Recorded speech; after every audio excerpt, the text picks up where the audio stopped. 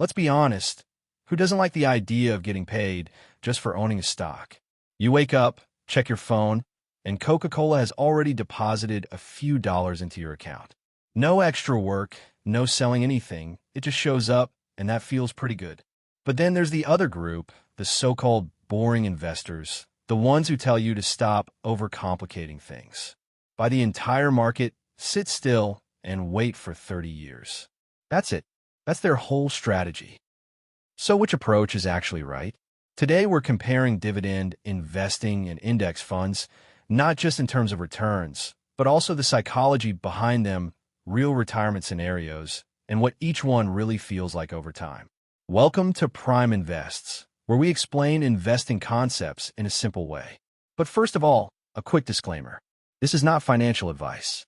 All right, so first, what does it even mean when a company pays a dividend? When you buy stock in a company, you become a part owner. A tiny part, sure, but still. And some companies, usually big established ones, make so much profit that they can't reinvest all of it back into the business efficiently. So instead, they give part of it back to you. That's a dividend. It's real cash that gets deposited straight into your brokerage account.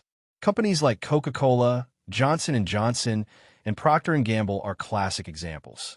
They've been paying dividends for decades.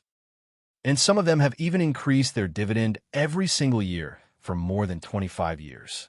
Those are called dividend aristocrats. Now, the number you'll hear most often is something called dividend yield.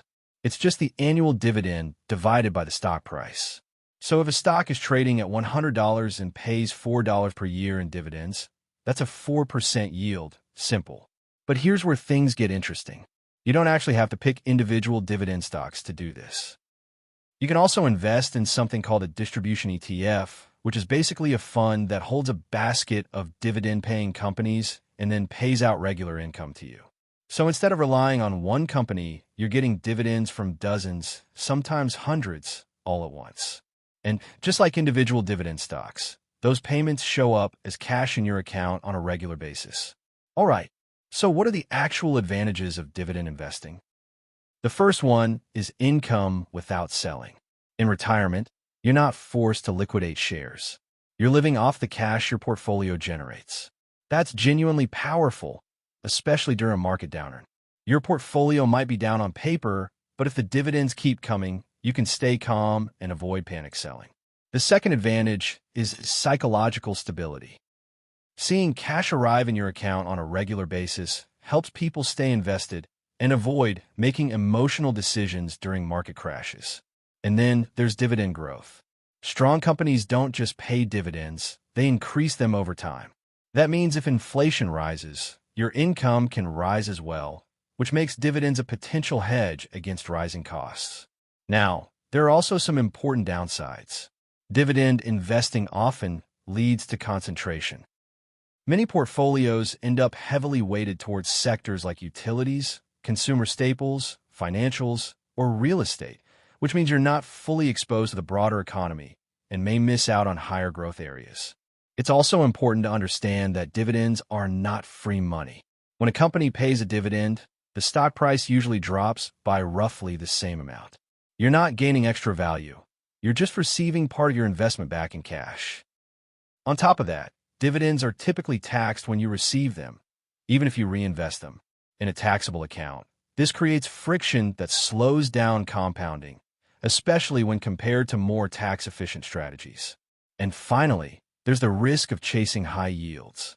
When people see yields of 7, 8, or 9%, it can look very attractive, but in many cases, that yield reflects underlying risk. The company might be struggling or close to cutting its dividend, and chasing those yields is one of the fastest ways to run into trouble. Now, let's talk about index funds. An index fund is a simple concept. It tracks a market index, like the S&P 500, which represents the 500 largest companies in the United States. When you buy into one of these funds, you instantly own a small piece of all those companies, which gives you automatic diversification. The philosophy behind this approach is straightforward and backed by decades of data. Most professional fund managers fail to consistently outperform the market. So instead of trying to pick winners, you simply own the entire market.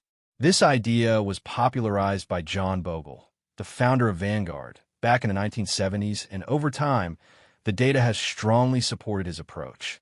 So what are the advantages of index funds? The first is diversification. Since an index fund holds many companies, poor performance from one stock has a limited impact on the overall investment. That said, not all index funds are diversified in the same way. For example, the S&P 500 focuses only on the United States, while global index funds spread investments across multiple countries. The best way to understand this is by checking the fund's fact sheet, where you can see allocations by company, sector, and region. Another major advantage is cost. Some index funds charge extremely low fees, sometimes as little as 0.03% per year. In contrast, actively managed funds often charge around 1%, which may seem small, but can significantly reduce your returns over the long term. They're also highly tax efficient. Because index funds don't trade frequently, they generate fewer taxable events, allowing your investments to compound more effectively over time. And historically, they've delivered strong returns. The S&P 500, for example, has averaged around 8 to 9% annually over long periods. Although it's important to remember that past performance doesn't guarantee future results. Now, there are downsides to consider as well. The biggest one is the lack of an income stream. In retirement, your portfolio might have a high value, but to actually fund your lifestyle, you need to sell shares. Doing that during a market downturn can feel uncomfortable and goes against many people's instincts. There's also something called sequence of returns risk. If you retire just before a major market decline and you're selling assets to cover expenses, you may lock in losses at the worst possible time. This is a real and often underestimated risk. And finally, there's the simplicity of the strategy itself.